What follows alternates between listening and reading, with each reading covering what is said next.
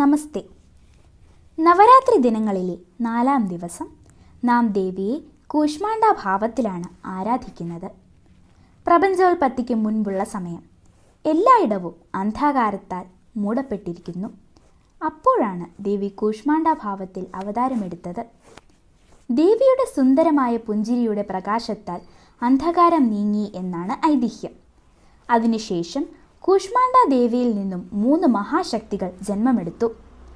ശക്തിയുടെ പ്രതീകമായ മഹാകാളി, ഐശ്വര്യത്തിൻ്റെ പ്രതീകമായ മഹാലക്ഷ്മി, ജ്ഞാനത്തിൻ്റെ പ്രതീകമായ മഹാസരസ്വതി ഇവരായിരുന്നു ത്രിദേവിമാർ. പിന്നീട് ത്രിമൂർത്തികളായ ബ്രഹ്മ, വിഷ്ണു, മഹേശ്വരന്മാരെ ദേവി സൃഷ്ടിച്ചു. അതിനുശേഷം ഇവരെല്ലാ പേരും കൂടി പ്രപഞ്ചത്തിലെ മറ്റു ജീവജാലങ്ങളെ സൃഷ്ടിച്ചു. അങ്ങനെ അന്ധകാരം നീങ്ങി പ്രപഞ്ചം പ്രകാശപൂരിതമായി. പ്രപഞ്ചം സൃഷ്ടിച്ച ശക്തിയാണ്